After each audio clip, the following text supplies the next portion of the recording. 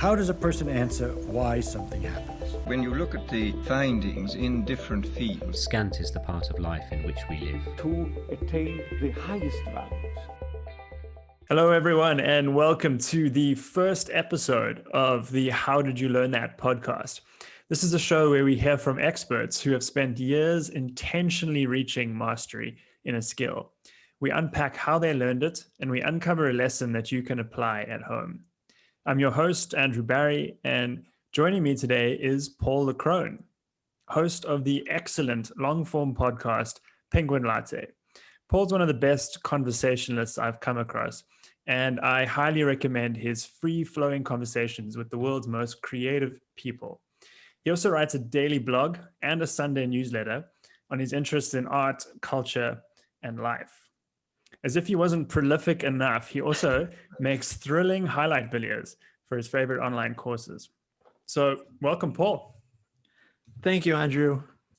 Super Smash Bros. Melee is a video game created by Nintendo.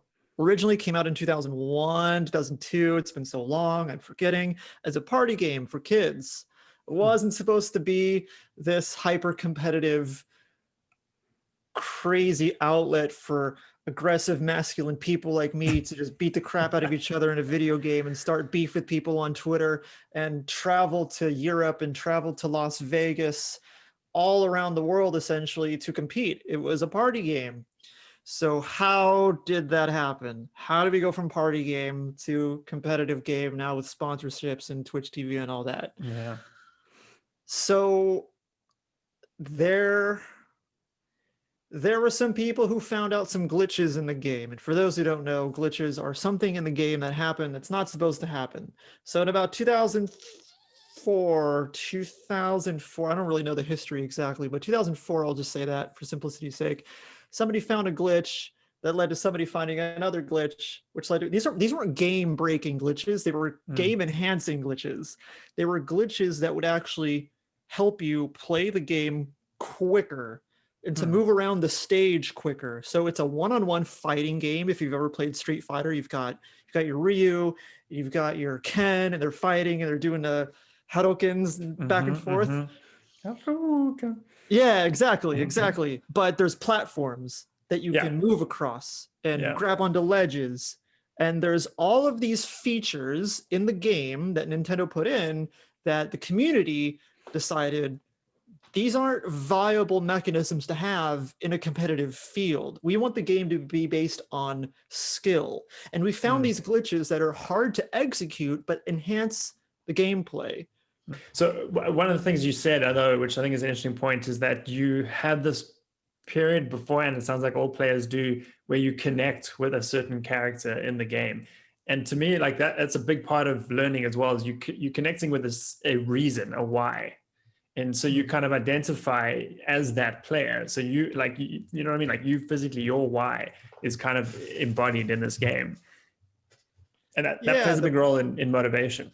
The play style, so each character is kind of embodied by a play style. Fox and Falco are very fast. They're these bird characters. Fox just kind of looks like a lion.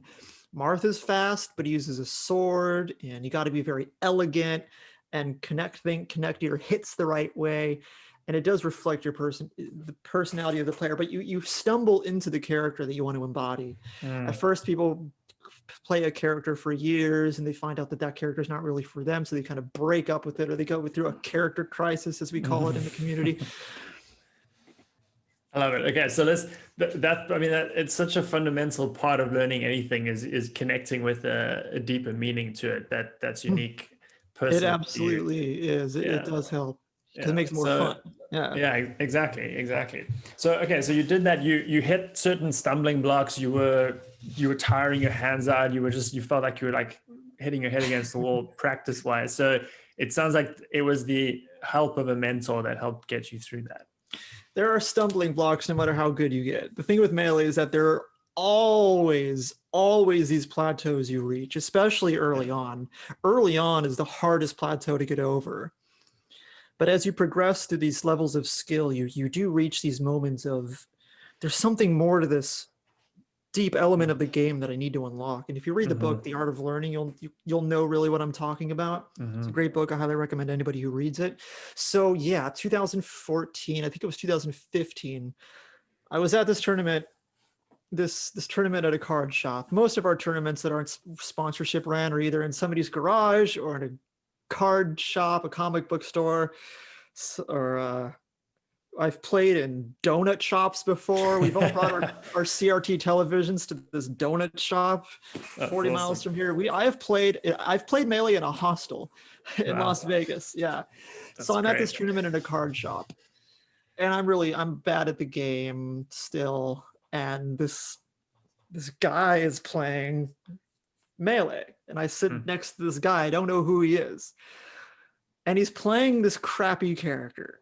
You can play as Zelda, Legend of Zelda. You can play as Zelda. Zelda sucks in Melee. She's terrible. She's bottom tier. And I'm playing this guy's Zelda, and I'm playing Marth. Marth is the second or third best character in the game, argumentatively. And he's just destroying me with Zelda.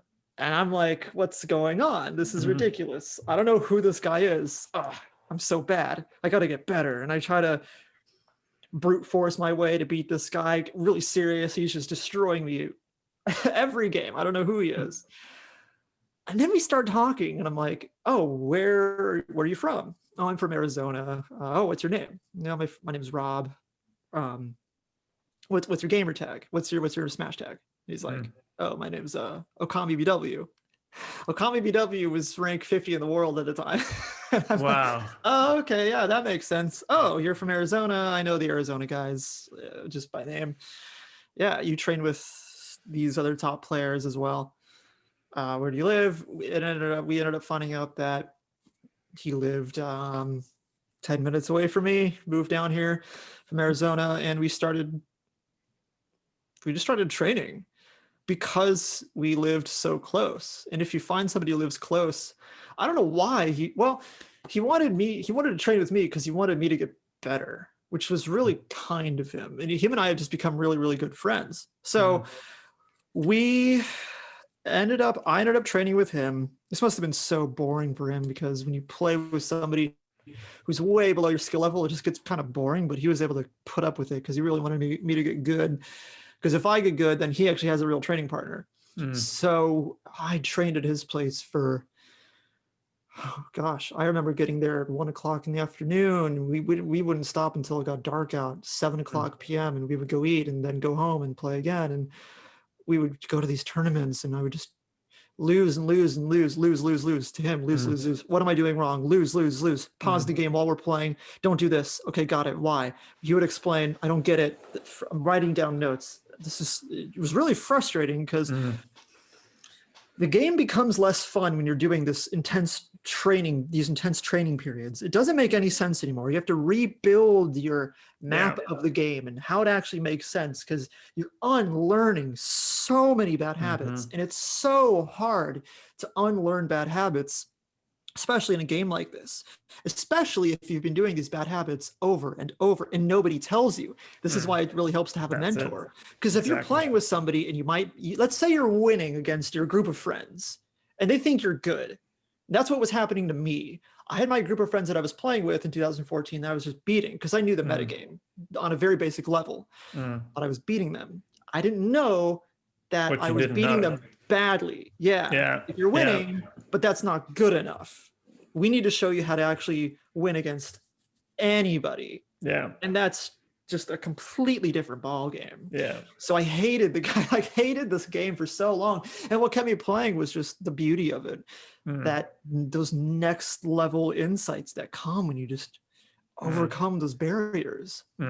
So it's fascinating, that story, because the key elements to mastery, two of the key elements, and this is from the book Peak by Anders Ericsson, and this is from studying, hundreds and probably thousands of experts, is getting feedback and getting pushed out of your comfort zone, right? Like two fundamental things to kind of go over that plateau that everyone reaches. Like you could learn how to play tennis and be quite good if you play weekends with friends, but that's it. Like you're never going to go beyond that unless someone is there to take you out of your comfort zone. And then I love, you said like you had specific things to work on. So it was deliberate practice, basically, Yeah. that you were going through. Oh God, and we're only talking about the execution side. Then it's just hours of watching other people play Melee on YouTube. Look up these And- names, these good players. Yeah. Write down what they're doing well, and do that, and then find out why it works and why it doesn't work, and how these things won't work in these situations. Let's say option A works in this situation, good, but you need to know when option A won't work in option C, B, X, Y, Z, W, Yeah. Q, R, 4. Oh man, this is good I know. shit. So this is great. really good shit. Like you're running experiments. So you're doing this like little trial and error. Like Essentially, yeah. there's a lot of work that goes into that as well. And so I want to talk about the motivation side of it in a second. But can you describe a couple of those experiments? Like what did that look like? That you're going in, you're doing over and over and over things to trial and error, so that you can actually learn from your errors, right? Yeah, there's a very scientific way of training. You could have your buddy sitting next to you, and he's going to drill a situation. So so your buddy is going to come at you in a certain way with a certain approach. I'm going to come at you with this attack. It's kind of like martial arts. I mean, hell, the training of this game got me into Bruce Lee, and I have Dao Di Kunjo somewhere. It's very like martial arts. Your training partner was going to drill certain situations, and you're going to respond to them in the right way every time. And then you're going to try alternative ways to respond to that situation, and you're going to understand why those responses work. And you're also going to dissect your own reaction time. How quick can you react to the situation? Okay, how could we increase that? Or how could you decrease it? Maybe you don't need to react. So there's this deconstruction at so many levels. Yeah. Yeah. And how were you documenting this? Is like pen and paper? Like, what does that look like? People ended up making fun of me because I was always taking my notepad to tournaments, because I was so damn serious about it. Yeah. I would be taking notes in friendlies. I would take notes. I got pretty serious into it. I would take my laptop to certain tournaments and go over videos. And I would have Evernote open, and I was trying to dissect. I wouldn't do that now, because now I'm much more in the school of thought that just relax on your way to the tournament and read a book and just be zen in some way. I would always take notebooks, and I might have some of my old notebooks that I have. I've gotten rid of a lot of them. Now it's just So in my head. give me one or two examples of like, what would you be writing down? Like, are you giving yourself notes to try in future practice sessions? Like, I would be writing down, so much of it is jargon. So much of it is just, okay, when Fox approaches you with a short hop, drill, shine, which way are you going to smash DI downward? And if you get to the ledge, are you going to you got to hold down on the control stick and all of that, and then just pages of that. Yeah, and so you're getting that down in the moment, and then what do you do with that? Do you not? So you go back after the tournament. What do you do with Such a great question, because you can't pause the game and go, hold on, let me look at my notes so I can figure out what to do next. Right. What did I do? Well, that's sort of the reason why I don't take notes nowadays. Now when I'm practicing, is because, well, at first it's highly recommended you do that, because it helps reinforce to yourself that you're taking this seriously, and you can get better without taking notes. A lot of players have done that. That all just depends on how you learn.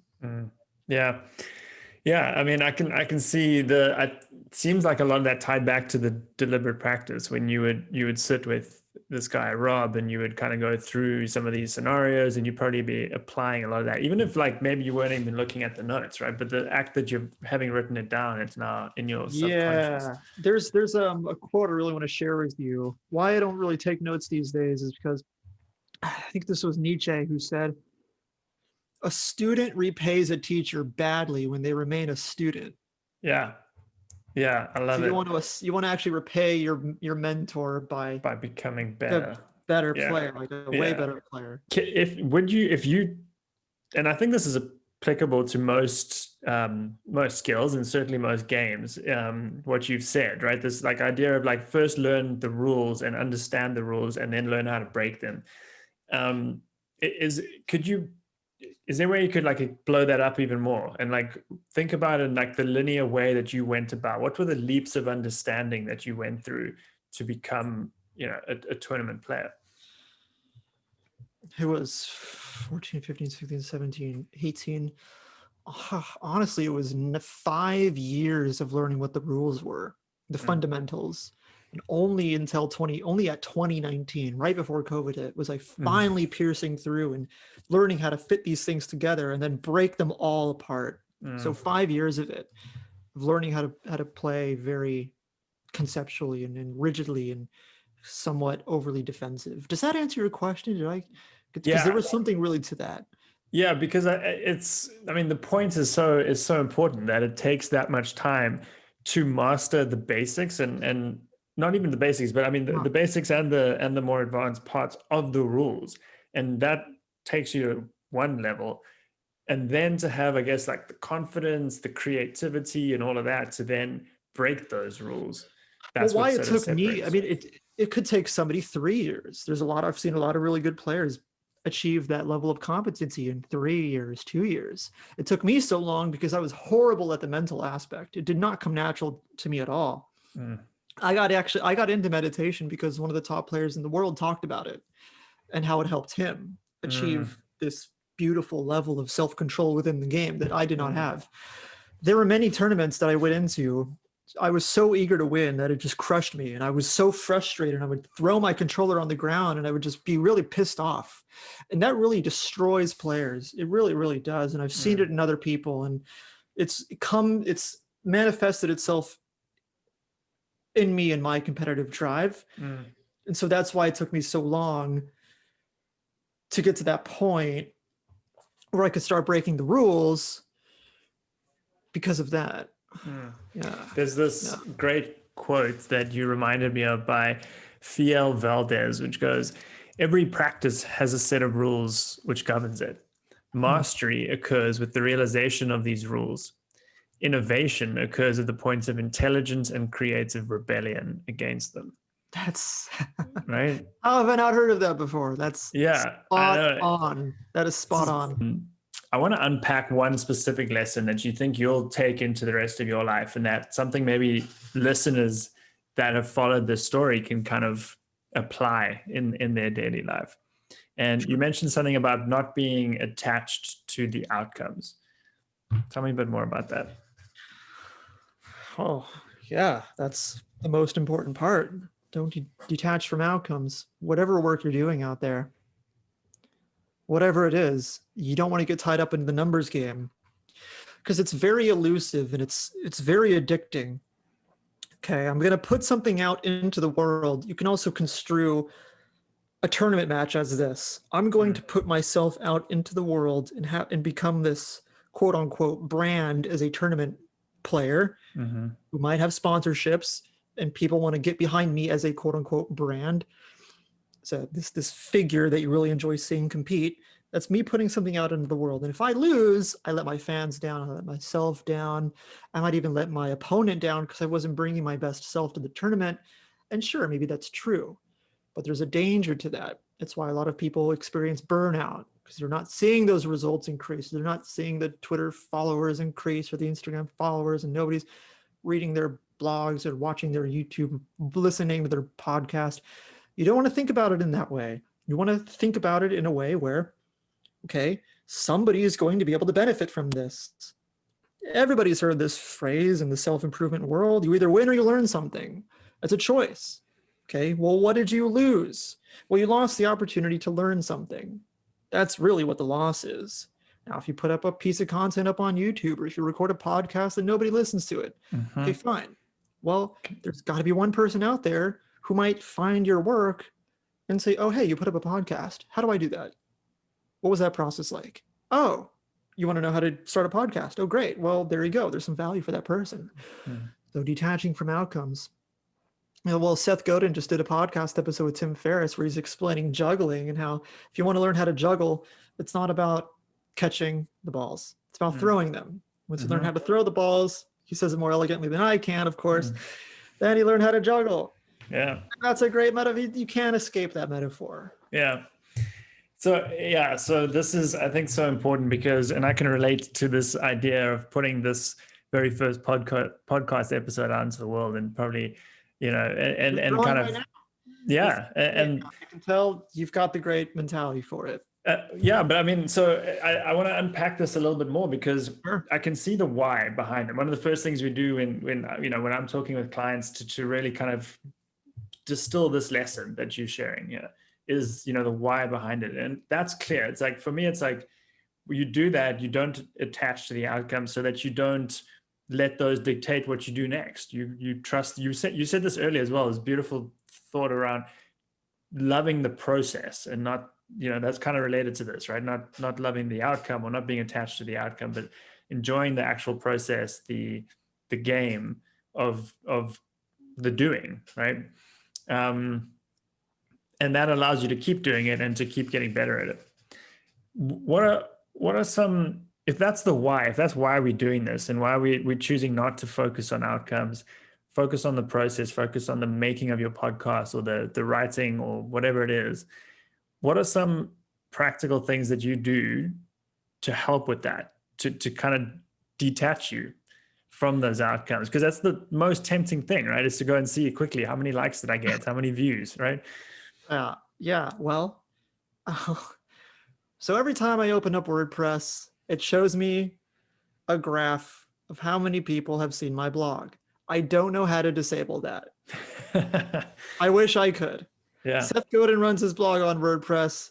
He says he doesn't look at his own statistics. I don't know how he avoids that. I would love to not see that every time I open, so I can just write and not think about, because I don't want to see that, but the part of my brain that likes dopamine wants to see it. Yeah. It's so tempting. It's tempting. it's gonna be the first thing. Trying to just avoid the number. I don't want to see the numbers. Don't show me. Yeah. But there's another point I want to make.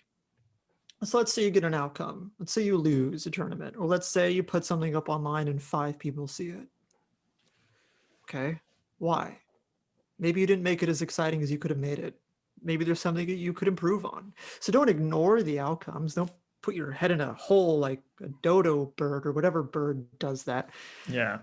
See the outcomes and ask yourself, an ostrich, there you go. And one that's alive, right? Dodo birds. Yeah. They're extinct. Yeah. Ostriches aren't extinct yet, thank God. Yeah.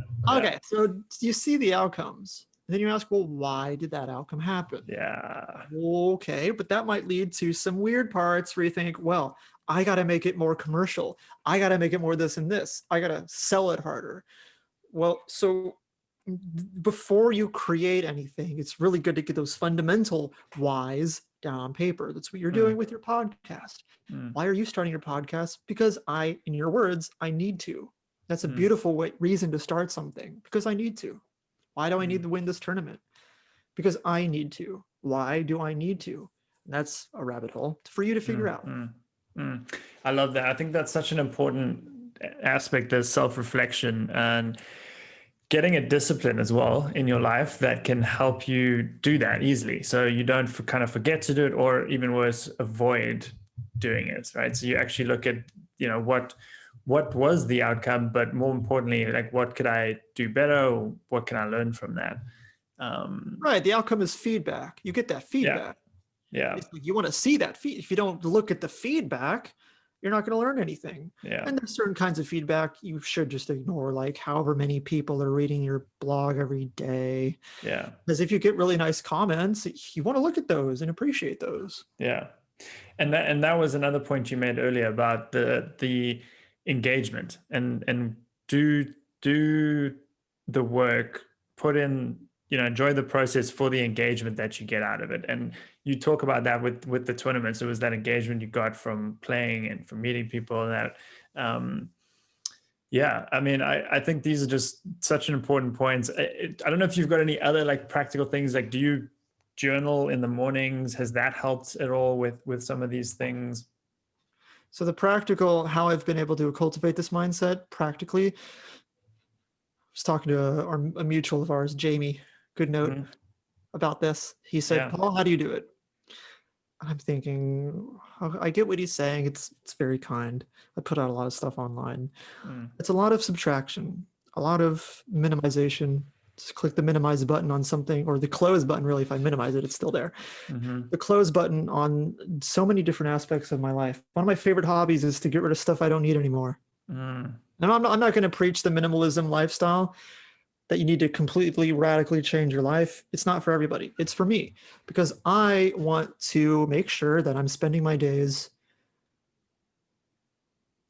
not doing any tasks that I don't really need to. And there's a difference between obligations and tasks you don't really need to be doing. You want to get your obligations done and do your taxes and all that. But I'm saying that there's a lot of stuff, just stuff, clutter in the design of your days that have accumulated unconsciously. Like, well, when did you start that habit of looking at your phone every time you wake up for 30 minutes? Where did that come from? Oh, it came from your phone because it's addicting. Okay, well, what if you took that out of your life? What if you just left your phone outside of your bedroom the entire day? That's what I do. So I've only been doing this recently, where I'm creating these not too constricting rules for myself that make my life a drag, but rules that allow me to create things every day. Like, I can't have my phone in my room because then I see it, I want to go grab it. And every time I walk out of my room and I see my phone, I want to grab it.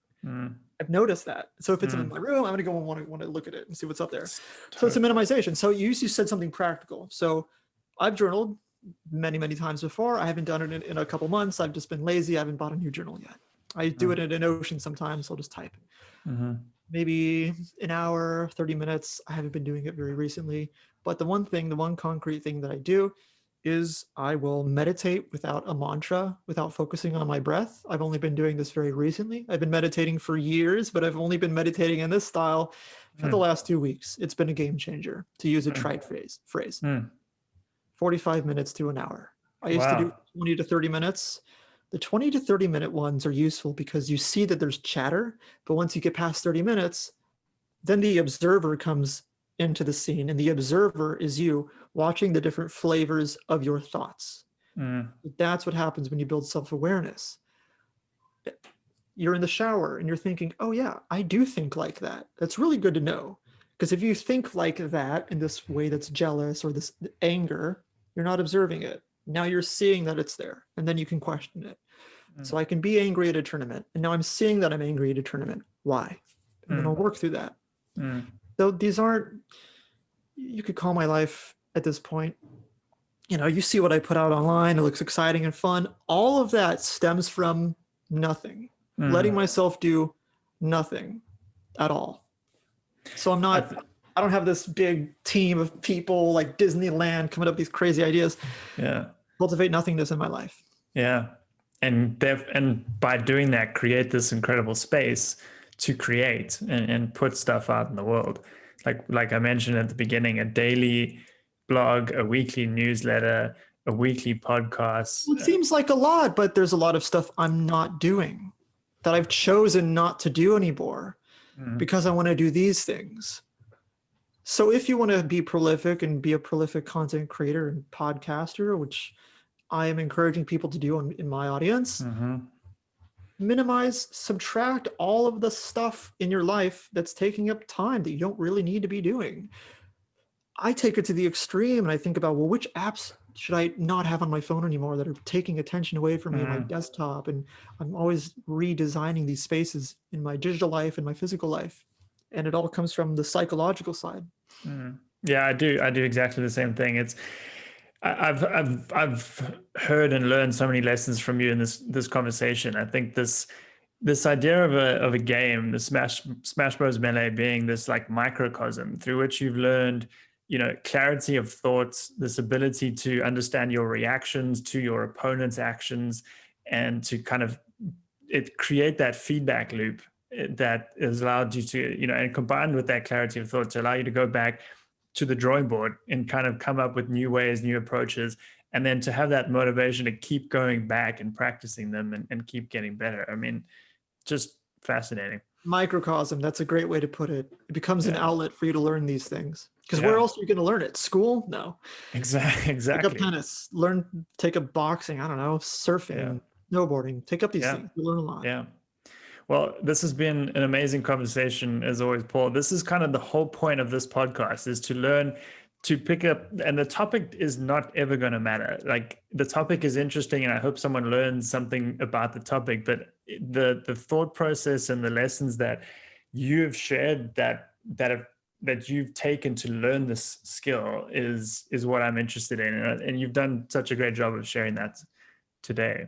Well, you're a fantastic host, and I cannot believe that was your first time doing it. It felt like it was your 100th time doing it. Really, good job. Yeah, well, thank you, and I hope to definitely have you back on many more of these.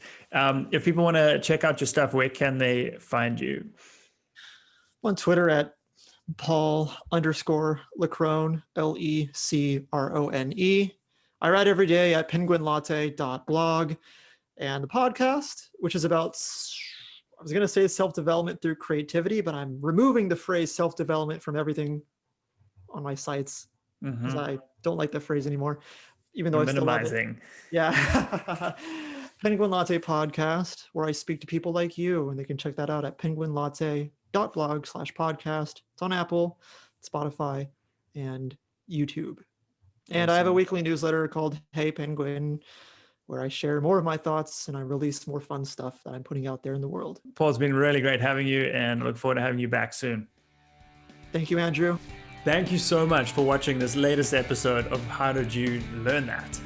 If you enjoyed this one, please like and subscribe below so you can get notified when the next one comes out, and we can try spread to the rest of YouTube.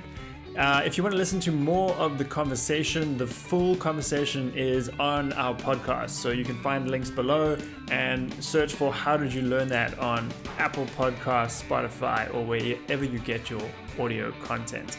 If you want to see show notes, links mentioned in the show, and all that good stuff, please check out the description below. I will see you next week.